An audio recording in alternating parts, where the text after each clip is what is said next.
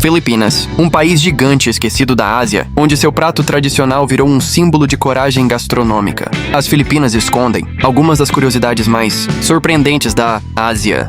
Imagine um arquipélago com mais de 7.600 ilhas, mas que pouca gente consegue localizar no mapa. É o único país asiático de maioria católica, herança de 300 anos de colonização espanhola e, ao mesmo tempo, um dos lugares onde o inglês é mais falado fora do Ocidente. Aqui estão os arrozais de Banaué, esculpidos há mais de 2.000 anos e ainda produtivos até hoje, e praias como Palawan e Boracay, consideradas entre as mais bonitas do mundo. Na mesa, pratos que impressionam, do adobo ao famoso balut, o ovo fertilizado que virou símbolo de coragem gastronômica. Mas o que mais surpreende está no povo. Mesmo diante de tufões, terremotos e desigualdade, os filipinos são conhecidos como um dos povos mais sorridentes do planeta. Um país cheio de contrastes e mistérios, que prova que as Filipinas são muito mais do que apenas praias paradisíacas.